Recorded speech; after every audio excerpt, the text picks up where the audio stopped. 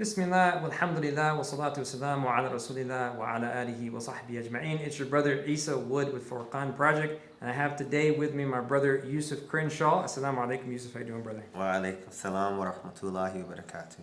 MashaAllah, I actually met Yusuf about 4.5 years ago when he came to a Furqaan Project sponsored event here in Greensboro, North Carolina called Meet Your Muslim Neighbor. How did you hear about Meet Your Muslim Neighbor? I heard from Meet Your Muslim Neighbor from my friend's dad, who was a practicing Muslim at the time.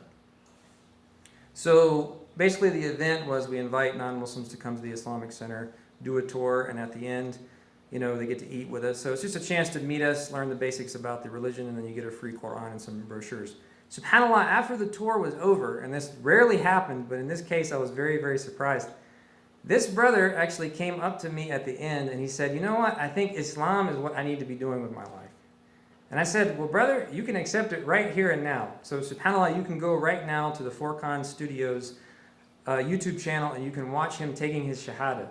Ashhadu an la ilaha illallah wa ashhadu anna Muhammadan Rasul Allah. Allahu Akbar. Allahu Akbar. Greatest. Allahu Akbar. Allahu Akbar. Now, subhanAllah, I noticed that he had a very interesting look to him that I didn't expect from a lot of people. He had long, straight hair and really, really full red lips. And then after he took his shahada, I don't know if it was that day or maybe a few weeks later, you actually revealed something to me that I was very shocked by. You told me that you had spent your entire life as a homosexual man. Is that true? Yes, that's true. So tell me, I know growing up in that lifestyle, it's hard sometimes for a lot of people to think like, well, how can I be a religious person? And subhanAllah, what did you see in Islam that day that made you say to yourself, no matter if I have these feelings or not, like I'm going to accept this religion? Well, the thing that came before that was I knew that I had to change. And I knew that if I went in other directions, I wouldn't necessarily have to change. And when I found out, the things that you said in the actual meeting made me feel like I was ready for that change, and because I knew it was coming, and that was it. MashaAllah. Well, here is the most surprising thing of all. I actually left my home city for a while to go live in another place in North Carolina, and subhanAllah, I came back 2 years later, and you can tell the difference between today and the video you'll see of him taking his shahada. It's almost like night and day how different the two people look, even though it's the same person. But subhanAllah, this brother shocked me when he walked up to me and he said, Isa, assalamu alaikum, would you like to see pictures of my wedding? SubhanAllah, and then I see this girl standing next to him in the picture and I'm like, whoa, what happened? So tell us, what happened in that 2 years that caused you to change from being attracted to men to now being able to be attracted to women, and not only that, but to marry one? Well, interestingly, this brother, he told me that you have to start looking at people, or you can't look at people as objects. And understanding that I knew that homosexuality was wrong in God's eyes, I always knew that, but once I started fasting from everything that I used to do and just not being in that environment, what was natural just literally turned on like a light switch, and I started to look at women in a different way, in a way that I used to maybe look at men, and that's what happened for me. Now, some people out there might say, "Oh, this guy, he wasn't really a homosexual. Like he just thought he was." Like, were you really? Did you really feel that way growing up? Yes, maybe since I was like 3 or 4. Even my mom could tell you a story, but I always had an attraction for guys for some reason, and I knew that I didn't want to be that way, but I didn't know how to get rid of it. Now that really flies in the face of the popular notion these days that people are born this way and they can't change. And mashallah, not only did you change your perspective on worshiping Allah subhanahu wa ta'ala, God exalted be He, and nothing else, and following the Prophet Muhammad, which you weren't doing before, but that changed internally inside of you who you were, to the point where you were able to be went from being homosexual to heterosexual. And subhanAllah, this message is very powerful, because it says that no, you're not born that way. You can change if you really want to. And you even said, mashallah, that growing up, you knew that this was wrong all along, but you didn't know how to get out of it. And here we have Islam was the way out for you, right?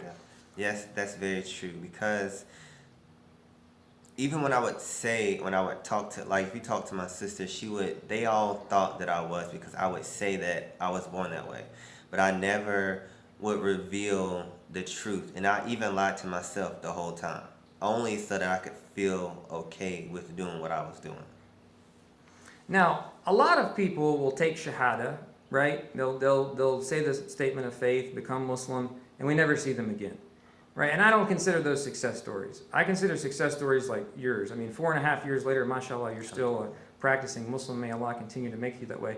But what I'd like to know now is that you received a free copy of the English translation of the Quran after you took your shahada that day from Furqaan Project, because of some wonderful Muslim out there who sponsored it. Tell us a little bit about what this book, or how it played a part in your journey after you took shahada, keeping you firm in the faith. Well, actually, when I first got the book, I would pick it up and I would put it down. And I couldn't read it at first, because it was just, the words were hitting me too hard. And so when I finally mustered up the strength to read it, I wouldn't put it down. And I read it daily, every day for almost 2 years I read it. And basically, I feel like it was my foundation, because the things that I was reading, it wasn't, I was just reading it and it was just, I read it, put it down. But what I would read, I literally would see it happen, or it would it would manifest in front of my eyes in some way. If it was from seeing it from somebody else, or seeing within my own self. And that was a really big thing for me. And that's why I had to keep going with being a Muslim and reading the Quran. MashaAllah. And Allah says in the Quran that He sent down this Quran as a cure. It will cure you of any disease, your physical diseases, mental diseases, spiritual diseases. That is why we give these to people, brothers and sisters in Islam. So do your best right now. Go to the Furqaan Project /donate, and please sponsor as many boxes of these as you can. One box is $104. We'll give out 52 translations on your behalf to prisons, hospitals, dorm rooms, retirement communities, masajid all over the country. I mean, look at this brother, mashallah. Look at this brother that's speaking to you right now. Both of us would not even be Muslim today without the Quran, either because we were given a Quran before we were Muslim, or we were given a Quran directly after we became Muslim. This is what helped us maintain our faith. And so, brothers and sisters in Islam, don't let me tell you, let Yusuf tell you why this is important, to make sure that you continue to make sure the Quran is being distributed for free. It should be continued to be distributed for free, because there are so many people who I meet on a day-to-day basis who they'll see the way you're dressed, or they'll see what you're doing, and they want to know. And even if they don't understand, if they receive a Quran, they can read it for themselves. And a lot of people that I know take the Quran and they read it and they change. And even if they don't become Muslim, something in them happens. MashaAllah, and that's why we do this, because the Prophet Muhammad said, sallallahu alayhi wa sallam, Wallahi, la an yahdi Allahu bihudaka rajulan wahida, khayrul laka min humri na'am. That anyone, I swear by Allah, if someone is guided through something you've done, this is better for you than something extremely rare and expensive that people want. Brothers and sisters in Islam, every $2 you give allows us to print one of these and give them out for free. So don't just do it in the month of Ramadan, $2, do a whole box, do 10 boxes, do 100 boxes, become a monthly donor, sustain us. For about $3 a day, you can give out 10 boxes over the course of a year. That's a cup of coffee. That cup of coffee is not going to help you on the Day of Judgment. But the Quran is an intercessor for people. When it's recited on a regular basis, and when you honor the Quran by doing what our Prophet ﷺ did, which is to spread it out to people. And this is a great opportunity, an excellent translation. It has helped people all over this world. And mashallah, even Brother Yusuf, man, when I met this guy, not only did he tell me he was a homosexual, but that he was a cross-dresser as well. So he had really gone deep into this lifestyle. He was actually dressing like a woman. But subhanAllah, this is a beautiful looking man today, mashallah. And a beautiful married man at that. And inshallah, if he gives us permission, we'll post some of the pictures of him and his wife together so you can all see the beauty of this.